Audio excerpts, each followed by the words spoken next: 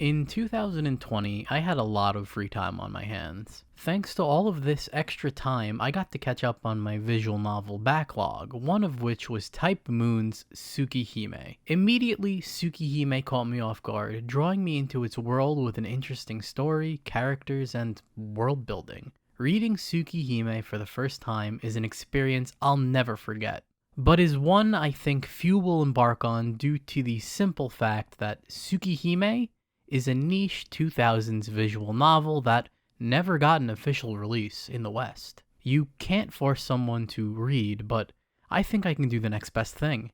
In this video series, I'll be going through Tsukihime and discussing the story, characters, and everything in between as we embark along this journey together. And hopefully, I can get more people to recognize Tsukihime and its amazing story. Hello, and welcome to the Tsukihime experience. Upon booting Tsukihime up for the first time, the opening plays.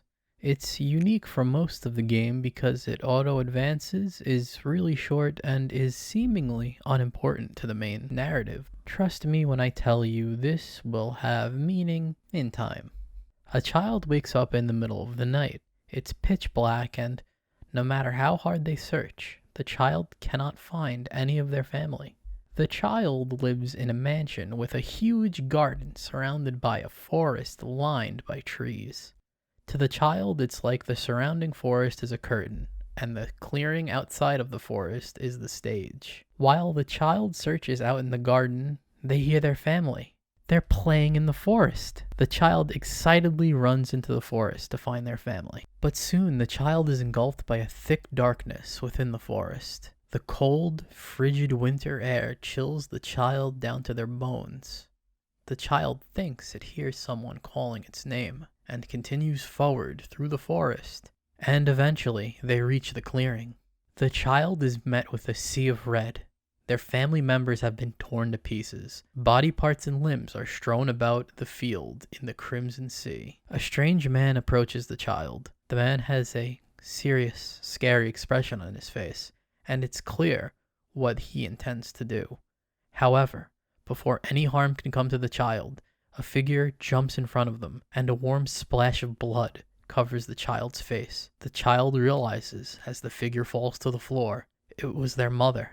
The child wants to cry, and despite the horrid reality that lay at their feet, only one thought is on the child's mind. The moon is so beautiful tonight. With that, the opening of Tsukihime ends, and you're brought to the title screen. I absolutely love this title screen. It's simple, but the music paired with the image of the full moon is really striking. Now, you may be confused by the opening, and it's not going to make sense for a while, but keep it in the back of your head for now. The opening is short enough to make you forget it, but it's one of the first signs you're in for quite the journey ahead of you, even if you don't realize it. I certainly didn't. Like how the child saw the trees as curtains and the field as the stage, our stage has been set and we can start Tsukihime properly with the prologue. A young boy wakes up in an unfamiliar hospital bed. According to the doctors, he just barely pulled through a life-threatening accident. Except, something is different. Something is wrong. Wrong with the world. Black scribbles are everywhere. On the walls, on the windows, on the nurses, on the bed, on him, and no one else can see them, but they're definitely there, aren't they? This boy is Shiki Tono. Shiki reaches out to one of these lines on his bed. He feels he might be able to fit something in them, so he grabs a plastic knife from his food tray and traces the line with precision, and the bed breaks in two. At this point, I was taken aback. I expected this to be a standard high school visual novel, but Tsukihime in its opening lines would be anything but standard. Shiki eventually comes to the conclusion that the lines that only he can see are like stitches that hold the world together, and when cut, ravel apart. Terrified, Shiki escapes from his hospital room where he collapses in a field. In this field, he meets one of, if not the most important person he'll ever meet in his life.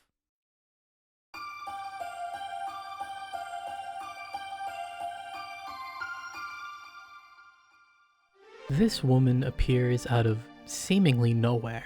She's the first person since his accident that even bothered treating Shiki like a person. The doctors think he's gone crazy due to all this line talk, and it's apparent that his family doesn't care much about him, as they've neglected to visit and have seemingly abandoned the boy.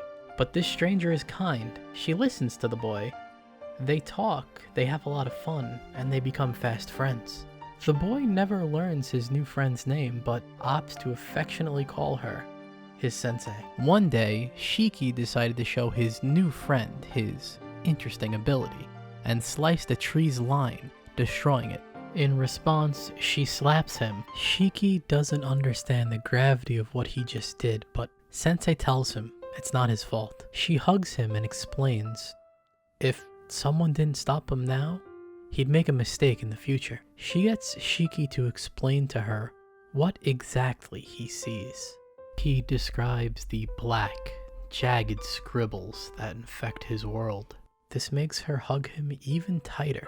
She explains that Shiki is seeing something that should never be seen. Everything that exists has points where they can easily be broken. Shiki's eyes can see these faults. His eyes can see death itself. Shiki can't wrap his mind around his sensei's explanation. She makes sure Shiki knows not to carelessly use his eyes. Shiki promises he won't do it again, not only because she told him to, but because it also hurts his chest.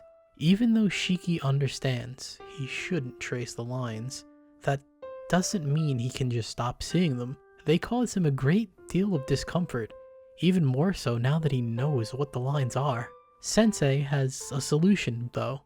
Tomorrow, she says she'll bring him a present, a very special present, and thinks it must be fate itself that the two of them met.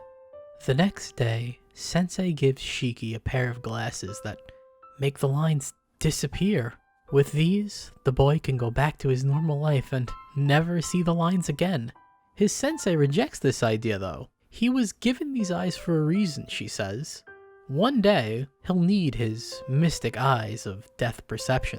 Sensei hugs Shiki again, assuring him as long as he stays who he is, his eyes won't bring about any wrong.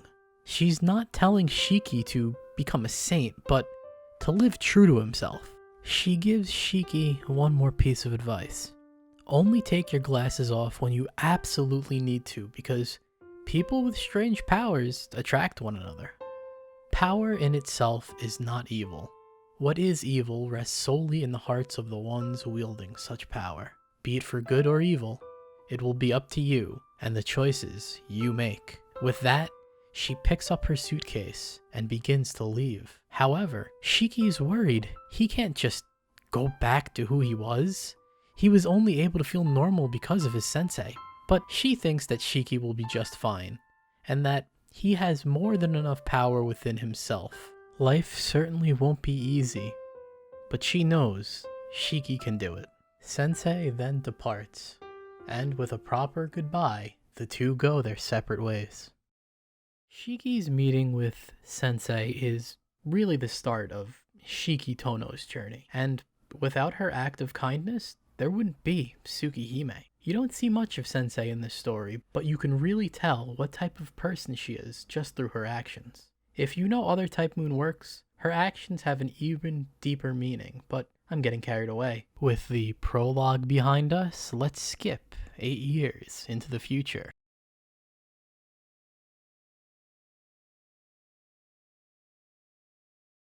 In the 8 years since the accident, Shiki has been disowned by his father because of said accident, and it was sent to live with his cousins. Aside from that, he gets to live a fairly carefree life free of lines.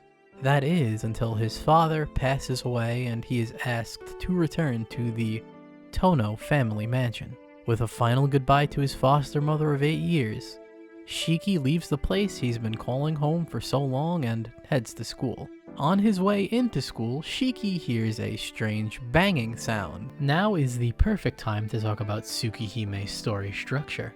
Tsukihime consists of 4 stories. Each story, or route, centers around one of the 4 heroines. On a first run through, you only have access to the first 2, although it's recommended you play in a specific order as each route builds off one another, answering questions from the last and raising more. For this series, we'll be following the recommended order, which is a roundabout way of saying Shiki is going to mind his own business and head to class. We are then introduced to Shiki's best friend, Arihiko, classmate Satsuki, and a bit later their senpai, Ciel. The morning is filled with idle chatter, specifically about how Shiki feels about going back home after all of these years. During lunch, Shiki gets to hear a news broadcast that tells us about a serial killer in town, which I'm sure will not come up or be important in the near future in any way. Once school's final bell rings and the sun begins to set, bathing the world in an orange glow, Shiki returns to the home he hadn't been to in so long. Upon arriving, he is greeted by Kohaku, one of the mansion's maids, who show him to the sitting room where he is reunited with his sister Akiha Tono. Things are a bit tense, but Akiha gets Shiki caught up with events like how she kicked everyone else out of the mansion because she could, and yes, our father is in fact dead.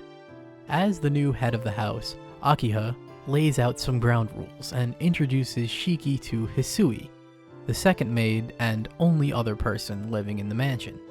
Kohaku is Akiha's maid and Hisui is Shiki's maid, something Shiki isn't thrilled about.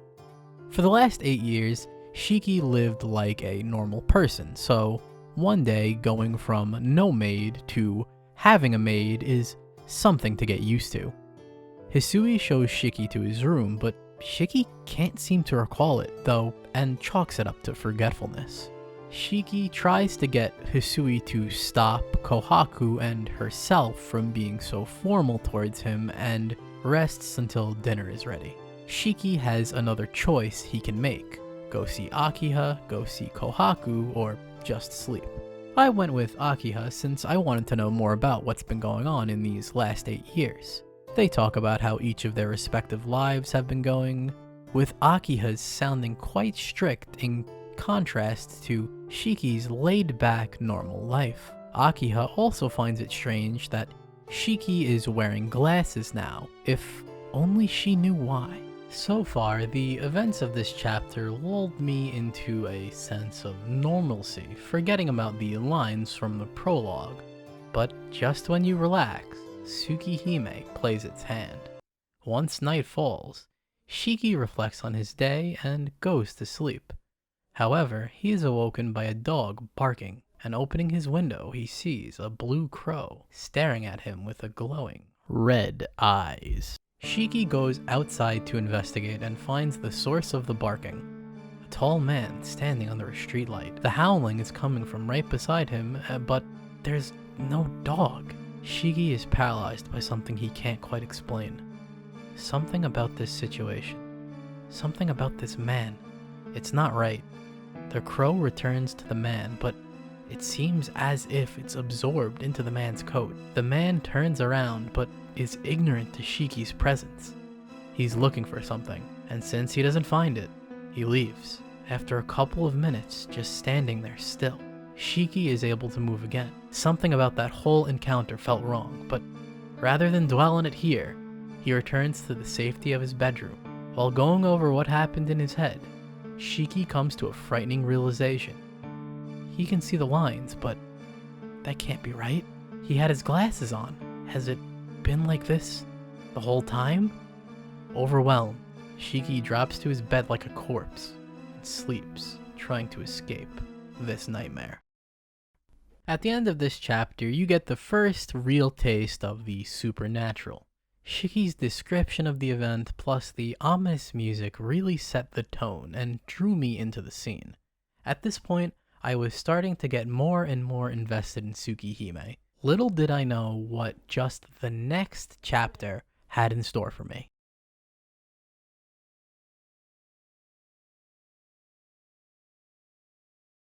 The next morning, Hisui wakes Shiki for school. Shiki has a brief freakout when he still sees the lines, but then he realizes he doesn't have his glasses on and concludes the same thing happened last night. After getting dressed, Shiki heads to the sitting room where he finds his sister and the two maids. He tries to bring up the dog from last night, but the three seem oblivious. They don't recall hearing any barking. Akiha chalks it up to Shiki just having a nightmare since he's not used to sleeping in the mansion again.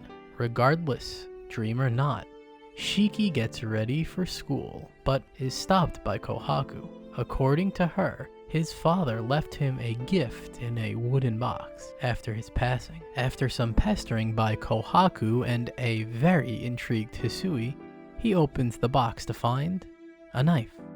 A fruit knife to be exact, with the phrase 7 Nights engraved on it.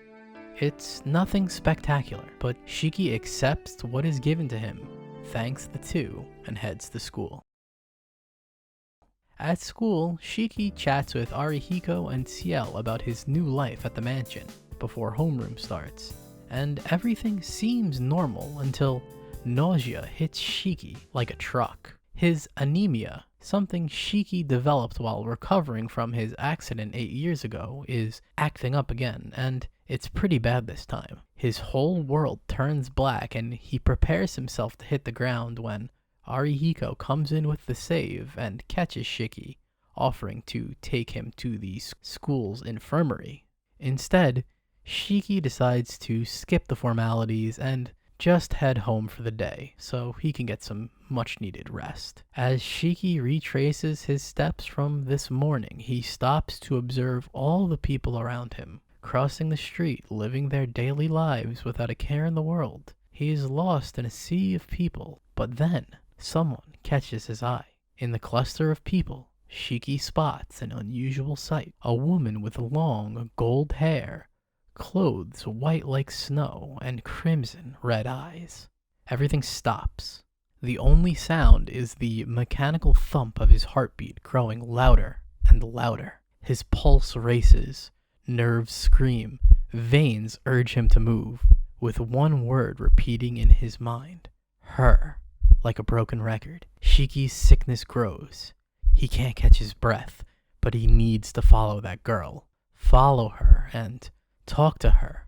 He just wants to talk to her. The girl doesn't realize she's being followed, but instead of trying to catch up, Shiki methodically maintains his distance. He knows he doesn't just want to talk to her, but he can't put what he wants to do in words. His mind, a flurry of thoughts, just barely keeping control, while internally justifying what he's doing. But he knows what he has to do. He's determined. His fingers, like steel, continues to stalk at an unassuming distance, so the girl and strangers don't notice. They arrive at the woman's apartment. Instead of pursuing, he watches her go up the elevator to the 6th floor. He checks out the mailboxes and finds the one assigned to her. He feels a sharp sensation. He can smell it. Her room is the 3rd one. No mistaking it. Getting into the elevator and pressing 6, he can barely contain his excitement. Just a little more. Just a little closer. And she'll be there, with his whole body going into overdrive. He gets off the elevator and dashes to the 3rd room. He's about to ring the doorbell, but stops himself. There's something in the way. My glasses. I can't do anything with these on, he thinks. Taking off his glasses, the world's cracks emerge, but something's different. Not only are there black lines, but endless black points. Countless numbers of them. He doesn't know what he's doing, why he's doing this. What does Tono Shiki want to do with that girl? He has no answer. Even so, he rings the doorbell. The doorbell opens a crack, and in that split second, he slips through.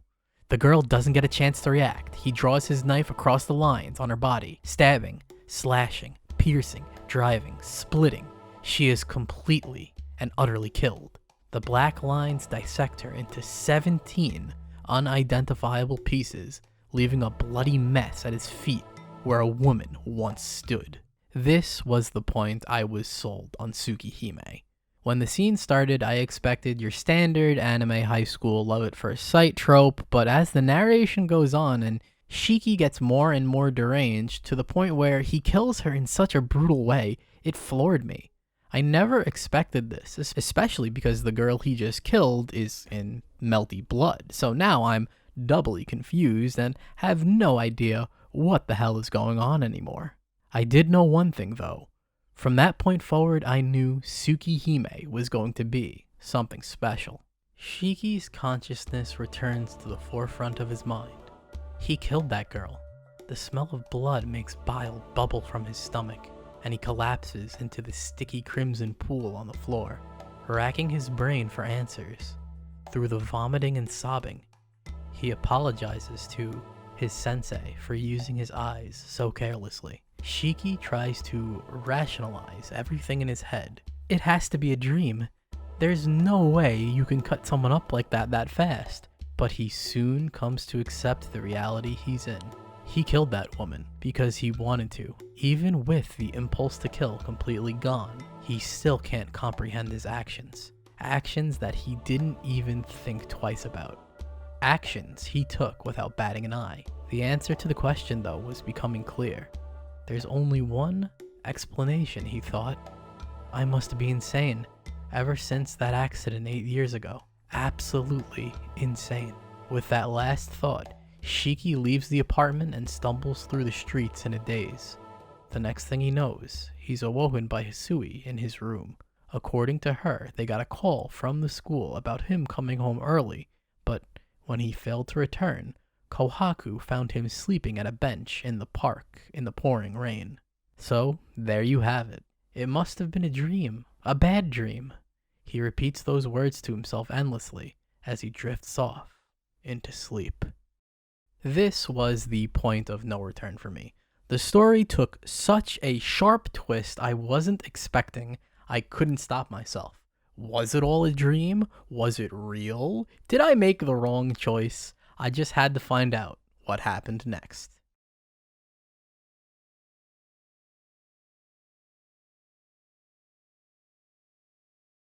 When Shiki comes to, it's morning. Yesterday's dream is still fresh in his mind, playing on repeat. Even though it was a dream, it's still getting under his skin. Shiki is interrupted when Hisui comes in his room, bringing him his clothes for the day. With a bath, Shiki clears his head and heads downstairs to go to school. He is stopped by Kohaku, who wants to know what he wants for breakfast. Shiki tries his best to avoid eating breakfast, but this just angers Kohaku. Shiki doesn't look the best after yesterday and is downplaying his medical condition, so she forces him into the sitting room while she prepares him something to eat. Akiha is in the room with him as well, and Shiki expects her to be pissed and scold him for collapsing and not coming home, but in reality, she's extremely worried about her brother's health. After some more debating and idle discussion, the two go their separate ways. On his way out, Shiki is stopped again by Hisui, who wishes to know what happened yesterday. He assures her that he was just on his way to school and he just collapsed in the park. Simple. Shiki notices Hisui is acting extra worried this morning and asks her not to push herself too hard, assuring her that he's 100% fine and no murders happened yesterday. He begins his journey to school. The more things change, the more things stay the same. The walk to school is uneventful. Shiki reaches the intersection he passes through every day. Just a little more and he'd be at school with time to spare. In front of him are a sea of students heading towards the school, but in that sea, there's something that's off. Someone that shouldn't, no, couldn't be there. It was impossible. Long golden hair, pale white skin, piercing red eyes, perched atop the guardrail with a faint smile, was that woman. The woman who was supposed to be dead, sliced into 17 pieces, is sitting on the guardrail, looking like she didn't have a care in the world. Shiki couldn't believe his eyes. It had to be someone who looked like the girl who was killed. And if not, this just must be another dream. The girl looks towards Shiki, gives him a gentle smile, hops off the rail, and heads towards him, Reacting like any young man should when a woman shows interest, Shiki books it in the other direction. Shiki runs and runs and runs, but no matter how fast, the girl in white is always behind him. He screams at her, telling her not to follow him, but she still continues to follow. Pushing his body to the absolute limit, Shiki takes a turn into an alley. In between running and screaming, Shiki is trying to understand what exactly is happening here. How could this woman he killed be alive and, well, chasing him? What's going to happen when the woman catches him? The answer was clear to him. Just then, Shiki trips and collapses in the alley. His body could simply go no further. All he had left were his thoughts. I'm sure I killed her. I'm sure I killed her. I'm sure I killed her. So why? His mind raced. The woman enters the alley and says, "Oh, is the chase over? You gave me some trouble yesterday." Panicking, Shiki tries to find some way out, but the woman points out that we're in a dead-end alley. There's no exit. Shiki then questions the woman. She has to be the one he killed yesterday. She confirms and is glad he can remember. After debating on how a dead person can be alive, Shiki points out the obvious. There's no way a human can revive from being cut apart like that. Yeah, then again, I'm not human, she says matter-of-factly. Shiki takes a moment to take it all in and starts to calm down, while still remaining cautious and observant of the person in front of him. If you're not a human, then what are you? A valid question. I'm what you'd call a vampire, she responds. Ah, so she's a vampire. A vampire is something so simple to understand, but what did this vampire want with Shiki? The alleged vampire then reminds him that he did, in fact, slice her into 17 neat pieces yesterday. She tries to continue, but Shiki can't help but reflect back on his bad luck. The person he killed came back to life, but at the very least, he can return to his normal life without the guilt of murder hanging over his head. Except now he has to deal with a vampire, but hey, no murder's a win in his book. Shiki resigns himself to his fate and asks the vampire if she is going to take revenge on him. She thinks about it for a moment and says she's in a good mood today, and unless he really wants her to kill him, she'll let him live, if he's really sorry about murdering her. Completely baffled by this turn of events, Shiki is at a loss for words. Getting a bit too quiet, the girl gets angry and asks him again if he's sorry or not. Yeah, I regret it. No matter what the reason is, I did kill someone. So you can get your revenge on me. I thought it was only natural you'd be here to get revenge. Satisfied with the response, she concludes that Shiki isn't a bad person.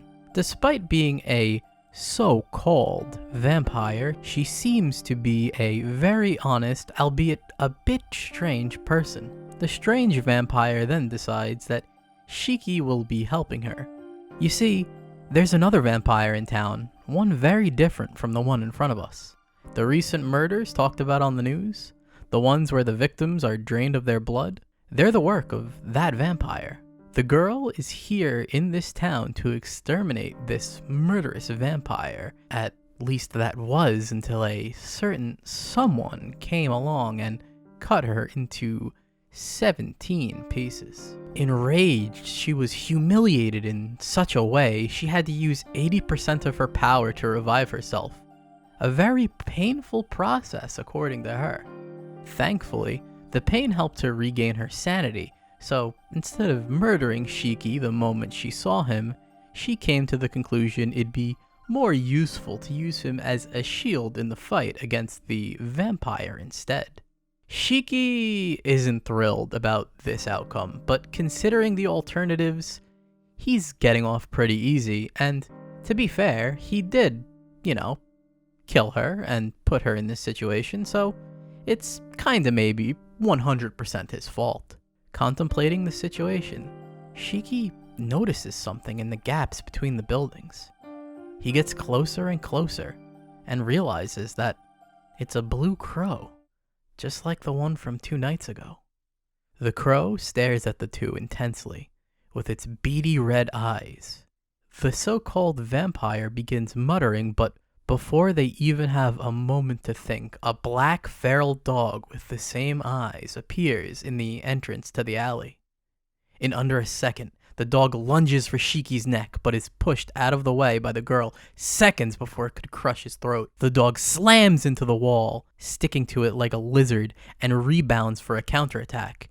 Its teeth sink into Shiki, but not a second later, the vampire hits the dog again, launching and hurling it to the ground, where it splatters on the concrete. According to the girl, the dog is some kind of familiar used for recon, and with that last attack, she is now completely out of power. The girl looks directly into Shiki's eyes and demands once more that Shiki help her, with no other option and a heavy conscience. Shiki agrees to team up with the vampire to stop the serial killer in town. The girl is surprised that he agreed, but is ultimately happy. With their contract established, the girl introduces herself. I'm Arcoade. I'm a true ancestor type vampire. How about you? I'm Tono Shiki. Sadly, I'm just your everyday student. I've said it before, but I'm not going to be of much use, and with that, the two depart the alley, not knowing that this encounter would change the course of their lives forever. At this point, Tsukihime had fully captured my attention. When I started reading Tsukihime, I really did just expect it to be a standard visual novel affair with a forgettable but serviceable love story, characters, the works. But these last two chapters flipped my expectations on their head. I never expected Arcoade to die or come back the next day, so I guess you can say I was as shocked as Shiki was, which is amusing in retrospect, and I'm sure that's what Nasu was going for when writing the scenario.